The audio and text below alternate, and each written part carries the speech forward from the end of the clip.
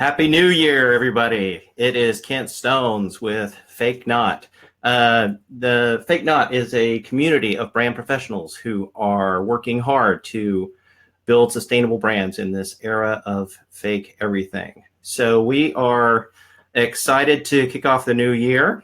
Lots of great topics this year, and I think I couldn't ask for a better start to the year than to bring on my esteemed colleague, Gavin Johnston, who is the Chief Strategy Officer with Bradley and Montgomery. It's an agency in Indianapolis with offices in Los Angeles as well.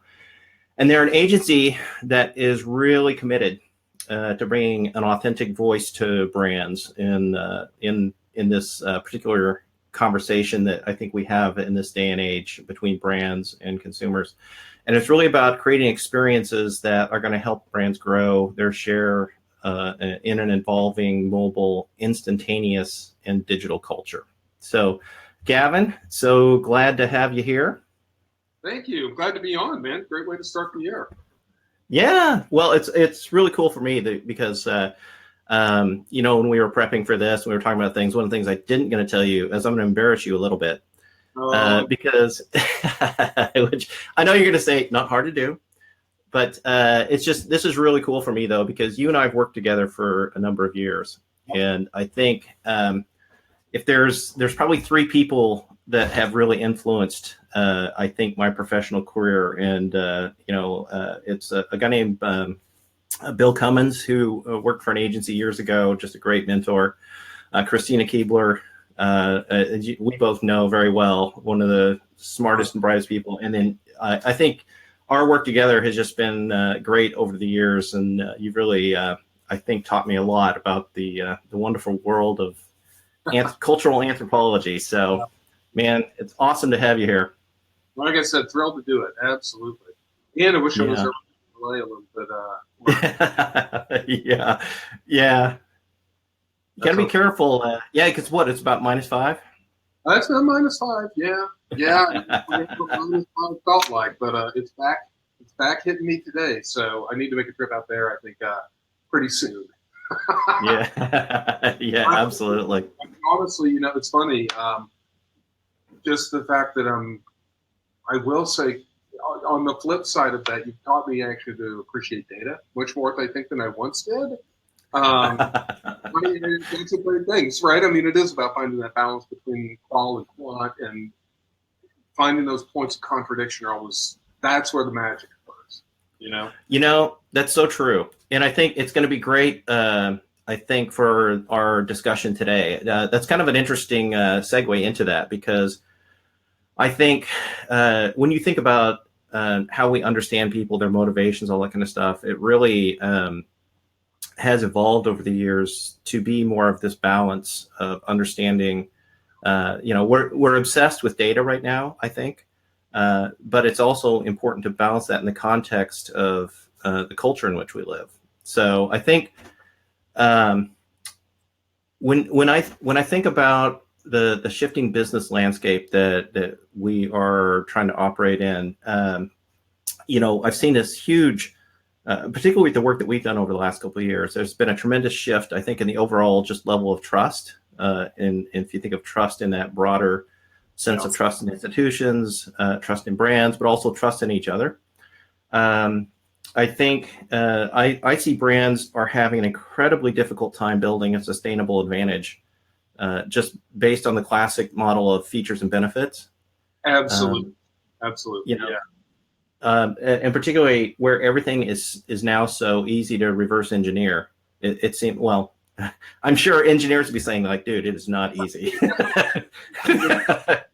But what I mean by that is it's efficient and capable of reverse engineering. Allows very quickly for one organization to understand how another one's doing that. And probably with how much they all work for each other anymore.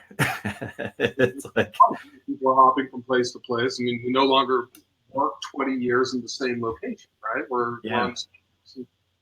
I mean, the fact of the matter is, it's like everything with, the speed at which AI is improving and all of that. It's exponential. And you're right, it's easy to be a fast follower. Like within a few hours, you tear something apart and rebuild it, quite literally. Yeah. Yeah. But I would also, though, I think add onto that, it's features and benefits obviously serve a purpose, right? You have to tell people what you do, but with the amount of disposable income, disposable time that we have, the practical reality is, I mean, we don't need to go out to shop anymore. We go to shop because it's entertainment. We go to shop because being in the Tesla store or the Apple store or whatever Yeah. has a certain cultural cachet to it that's conveying a message to the world. You find in like-minded individuals cares about the features. You know what those features are before you walk in the store. Mm-hmm. Yeah, absolutely. And and it's like I always am reminded. I'm trying to remember the movie where they talk about 6-minute abs, and then the guy's like, "Yeah, that only works till they come out with the 5-minute abs, right?" So it's just that whole concept of features and benefits, like you're saying, are absolutely valuable, but they're fleeting. Exactly. So, and then the other area that I think I see a huge contributor to this shift is our obsession with what's big data. Yeah. We're and again, me. I mean, I love data. Have been immersed in it much of my life, but I think we've become so conditioned to just be able to expect that data is going to provide us all the answers for everything, this quick, fast path to getting results, which it can, but we can't rely on that as, I think, the overarching lever that is going to sustain us in the long term. Well, and I think within that too, it's a question of what does the data provide for you? What kind of announcement does it produce? And it's excellent at figuring out the little bell curve. It's great at telling somebody walks past a Starbucks every day at 10:13. Right? It's great for certain things. Right. It's telling you why that has an emotional appeal. Right. So it's great. It's great when you think about like a media buy. Where do I want to place this stuff? Oh, great. Okay. On the other hand, what it can't tell you is what's the white space. Who cares if we walk by every day, right? Mm-hmm. His brain is not focused in any way on what you want. Ideally, where do you really capture it? Well, you capture them at the urinal. You capture them at the desk. You get like any number of places. Data can't get you that, right? I mean, that's that creative leap, and I think it's the cultural leap. It's you've heard me say this before, I still maintain it's true. You ask 1,000 people, rather I slap them or punch them today. Problem is, it was a stupid question, right? And we do that, I think, with big data. We start to look at things and say, oh, there's a connection here. Well, maybe, right? It may be a thing. But if it doesn't have meaning, and I think specifically in branding and marketing, if you aren't making the deeper emotional, cultural, psychological connections, then point, right? You're not really having an impact. You're not really driving change. Behavior remains rooted. Great that we can get the things, but we're missing a big picture. And I would say, I do think people are starting to realize the myth of big data is just that. It's a myth, right? I mean, to be fair, we saw that with amongst ethnographers back in 2000, 2001. They're going to change the world. Well, no, they're not, because fantasies don't exist. And I think they're finally the same thing with big data. We've got to find a balance between these two worlds, and like I said, it's the point of contradiction where cool stuff happens. Yeah. So I think it's always there's an interesting phenomenon I see, and then we're going to jump into the whole topic of share of culture. But there's this common phenomenon that whenever you get a new data set, there's always something big that you find. And it's simply because you never saw the world that way before, right? But there's this huge thing. And then the next time you look at something, it's cool, but it's not as huge. And then pretty soon all you're discovering are these like little incremental things And I just think that's a common phenomena of anything when it's new and different, and it helps us to see the world in a different way. Yeah. Then there's always that aha that comes out of it. And I think I love what you're talking about. It's like, so with data, there's a balance. It's important, and sometimes it's going to get the center stage and it's going to have the big thing, but most of the time it's just going to be these small little incremental nuances that what we're going to talk about, understanding culture, understanding people and the relationships, is what gives you that big aha about those nuances. Absolutely. Right? Okay. Yeah.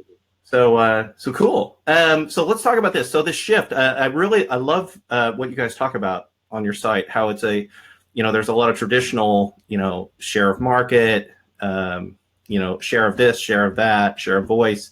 Those are all very traditional things that we've looked at as metrics of success. But you guys talk about share of culture. So do you want to talk a little bit about that? Yeah, one of the things is we've talked and been developing this concept even before I got here.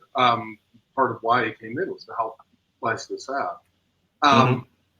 Typically we work from segmentation schemes that, right, they're very in personas that are very flat and kind of one-dimensional and don't really necessarily go anywhere. We're fixated typically on an individual, right? And we're focused on they have lead to produce X. So if you look at something, let's say like tools, right? Like hand tools. The purpose of buying a hammer is so that I can drive nails, and therefore I'm going to look for X, Y, and Z. And we build these personas around the way we market. But go and spend a weekend at Lowe's, and all of a sudden you see dads buying tools with their children there. They don't know a thing about the tool they're buying, but they like to act like they do. They talk about it because they're teaching. That's a teaching moment for the child, right? Yeah. So they're conveying culture about masculinity, about building, about hard work, about what it means to be a father with their kids. There's all of these pieces that are much richer. Then they go back home, right? And now mom's involved. And there's a bit of a gameplay that goes on. Point being this, when we target an individual at a specific moment of behavior, we lose the nuance and the subtlety of why they're doing it in relation to each other. So I mentioned this earlier. I'm wearing a Sub Pop hat today, mainly to fight the cold, above all else, as my bald spot grows on the back of my head. But as a 50-year-old man, this means something very different to me. Everything going through my head is about not just the brand itself, but the brand in relation to when I was in my 20s in the punk rock scene. And I'm convinced to the other people who were, 45 to 60, who were in the same kind of scene. Right, or subtly hidden tattoos, there's rings on my fingers, things like that. This is conveying much more of a message that's not about it's a head covering, therefore it's need, function, blah, blah, blah. It's about the message that's being conveyed. Now, put this hat on a 25-year-old who picked it up in the Seattle airport. To them, it's representational of, for lack of a better term, classic rock. It may be I'm ironic and hip and cool because I'm wearing this, right? So the point is, those are much richer avenues of conversation when you're thinking about creative, I would argue, and branding, than talking about features and benefits. And the reason I say that is all of that, to your point earlier, that stuff is fleeting, right? If I do something that becomes so entrenched in my identity or series of identities, my nodes of identity, then I'm much bigger than a traditional brand. I'm not just talking about myself anymore. You look at somebody like Kleenex. We don't buy tissue, we buy Kleenex. That's a hell of a lot of cultural capital they own, right? They own this identity. Kansas City has Boulevard Brewing, right? Outside of Kansas City, that becomes a focal point. I search for it here in India. I search for it when I'm in LA, when I'm in San Francisco, because that becomes culturally relevant. It becomes a point around which we can galvanize and pull ourselves together and say, hey, here's our identity for the day. Is the beer any better than the other? I don't know. I mean, I'd like to say Boulevard is the best thing in the world, and I can talk about the benefits of Boulevard when the cows come home. Yeah. All of that. But for me, and I think for most people who drink it, especially once you get outside of Kansas City, this is really about dominating a share of culture. You have taken a slice of beer culture, or various subcultures that people are part of, and you've become a fixture. You have become as important to that moment as, when you go to church. And, well, this is going to sound blasphemous to religious folks out there, but as a Reformed Catholic, I can say, right, when you see the crucifix, you have a reaction to it, and it's integral to the backdrop. Similarly, if your brand is in a position, that cultural context, in that setting, you own that share of culture. That is yours. And once you get to that point, that's damn hard to displace. Once you are a fixture as a cultural unit, you are so tied to the symbolic underpinnings of identity. You can't shake that. Right? It's really hard for a company to come in and bump you out of position because you own that chunk of who people are. Man. Okay. So, man, you got my brain. You just got my brain firing about all kinds of things, man. But so, I mean, think about this. This is what's kind of cool. Like, okay, so our role in the whole branding process is we really try and understand why, right? We're getting it and understanding culture, and our role is to try and inspire design teams to be able to think in a way, right? So I mean, so you're just thinking about your tool example of, so let's say you used a lot of the classic techniques to understand a hammer and why somebody would want to buy a hammer. You could do online surveys. You could do these new rapid, turn it around in 24-hour online communities, and you could understand the features, and they could look at it and react to it and blah, blah, blah, all that kind of stuff. And it's and not that that's bad, but I love your point where you're talking about watching and that man that has his children there, and that deep need to kind of impress your kids that they know what you're talking about and you're a good dad. They would never ever talk about that. They would never bring that up in a focus group. They would never bring it up in an online survey. Nothing. And this is where I think it's so important on how we think about these things, because this is where we have to bring critical thinking into the whole research and understanding process. Is, we observe these things, and then we can bring in theory and other learning that helps us to understand why that thing exists. That's the rich soil, though, that really inspires the creative teams, right? The design teams.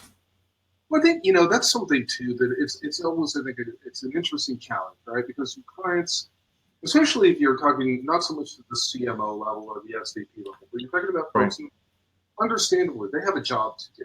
They have those of success and being laid off, all of that sort of thing. They are not trained necessarily to think expansively or creatively. And I say that research often becomes a very sterile thing, right? When we're trying that's what we're objective. Right. Right. And I think, well, that's that. Why? Why? Nothing that says it has to be that way. Right. You don't necessarily want to go for the lowest common denominator. You're looking for the point of inspiration. Those are outliers, right? Those are the people who have taken that moment and tweaked it. That thing, there's something special in what they're doing. And I don't think you wouldn't even know to ask most of these questions in the moment, right? Or rather, you wouldn't know to ask them in a focus group or something like that. You have to know them in the moment. I remember a young colleague, we were doing work for Miller Brewing for Hispanic work. And one of the folks, his first day, he thought was an abysmal failure because he had done an interview and it was very rigid and traditional. But I remember getting a call from him that evening because they had stopped as he's freaking out, and this place called the Sanchez Ice House. And they were just damn lucky because it happened to be when a group of Hispanic and Latino men from the fire station across the street, from the plant down the street, all got off. It's 5 o'clock. Suddenly, you're in the middle of a party that's going on that happens every night when these guys congregate, hang out together. And it's not about getting wasted. It's about, letting it down for the day before you go home. Mm-hmm. All of these great questions emerged. All of these moments emerged that really informed the work going forward. You Yeah. wouldn't know to ask the questions. He didn't know to ask the questions until you're in the middle of it. When you're in the Yeah. thick, all of that richness comes forth. Was that something that we could ever quantify? No, not in a million years. Yeah. But it drove a lot of the work going forward because it was able to tap into a new creative space and a new emotional space where beer lent meaning, right? Because no one drinks beer for the sake of just drinking beer. We're not robots. It was in the context of this cultural setting, Yeah. right, that they were able to then craft messaging around that whole point of this isn't about getting wasted. This isn't about these things.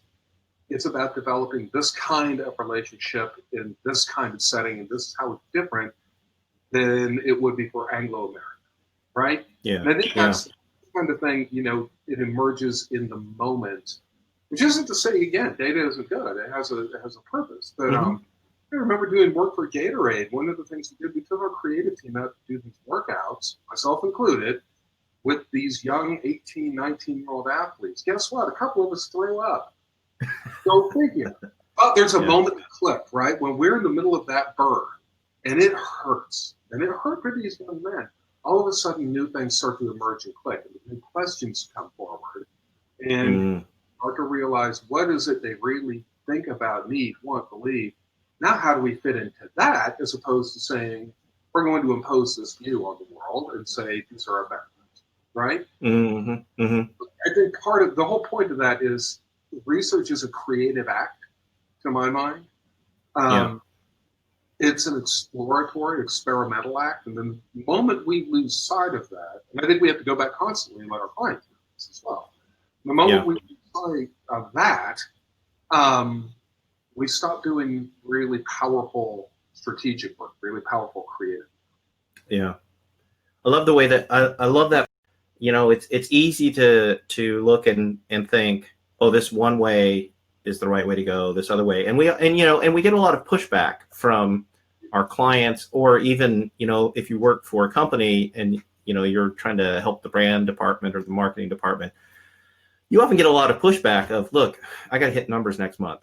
So look, I just need to know what is X, Y, and Z that we need to push with this email campaign that we know we historically get a 0.025 response rate, which we can predictably get this amount of revenue. I mean, so there's this formula that I think is comfortable for a lot of people in business that they've learned to rely on. But I think my big takeaway from what you're talking about is, as strategists, as researchers, as planners, whatever you want to call us, we need to go into that with an understanding of, we've got this broad set of tools, and we need to have done the work to understand how we start to tie different things together to help them with, number one, their short-term goals. Because you know what? We're never going to get away from short-term goals. Right.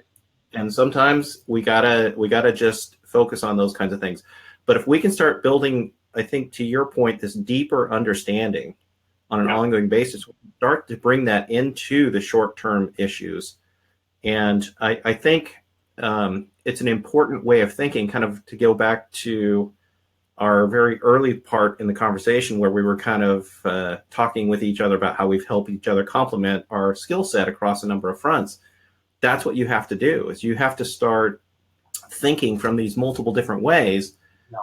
How do I use data, but in a way that helps me clarify what I've learned and explored from these different contexts that I've been in, and vice versa.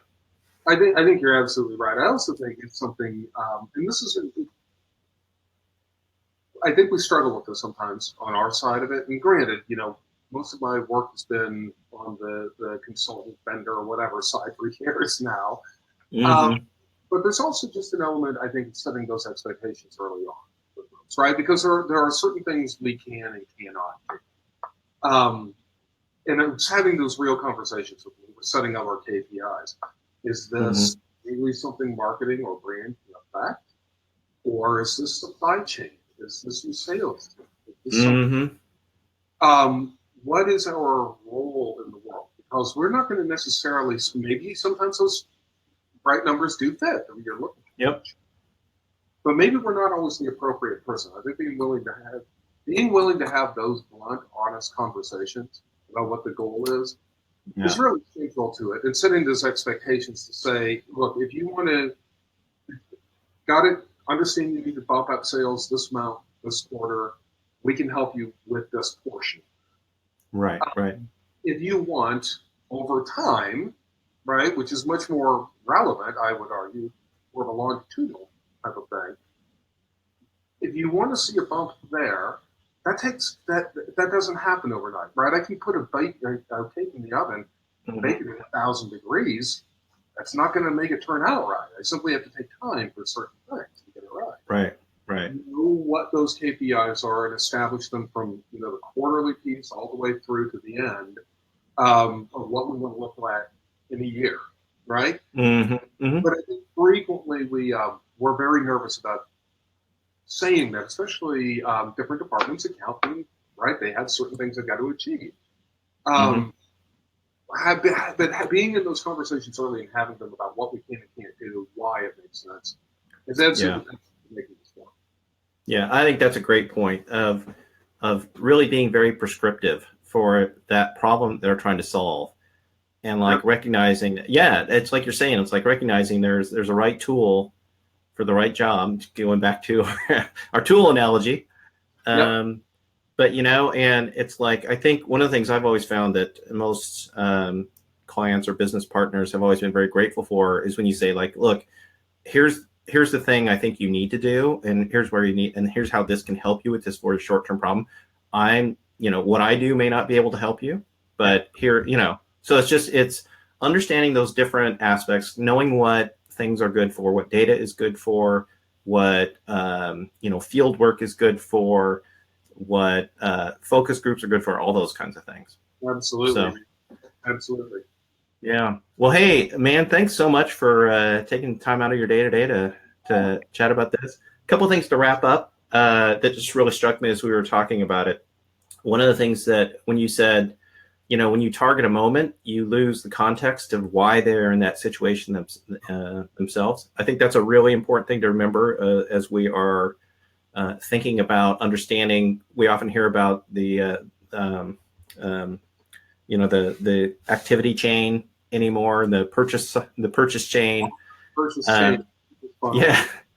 Yeah. So it's like really understand those moments and why they're in this situation themselves. It's like when we were talking about features and benefits, one of the things that really struck me is that they are important, and they're important in like when they're online comparing things and this and that.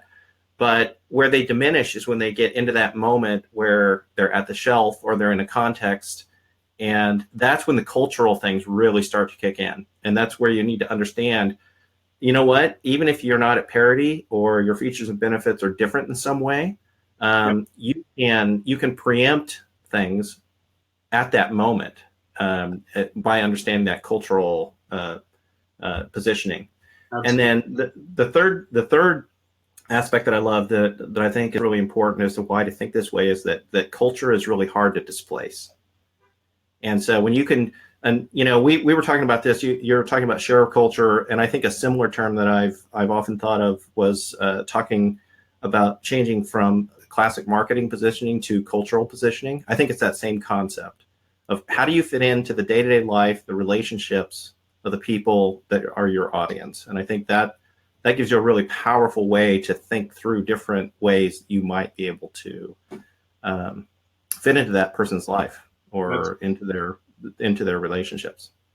Absolutely. I mean, the more you can become part of the backdrop, not just that moment of need, but where you become synonymous with an activity, with a belief, whatever it is that you own that. You can't be probably moved you out of that position. You become the thing, right? It's why we still love cars in the U.S. and we aren't all using mass transit. Well, we fell in love with it, not because it got us from point A to point B, but because it represented modernity, wealth, and all of these things. You can't shake that now, right? I mean, that's a large part of who we are. So it is being shaken, but think about what it's taken to get there, right? I mean, about that even today, driving into the office, like one guy in a big metal box. no sense, right? But it's just inefficient. But we do it. We do it, and we love our babies. So if you can get into that position, right on, man. It's a good thing. All right, man. Hey, have a good 2008. Thank you. You too, my friend, and hopefully this was beneficial for everybody. Yep. We'll talk to you soon. All right, talk to you. Bye, man.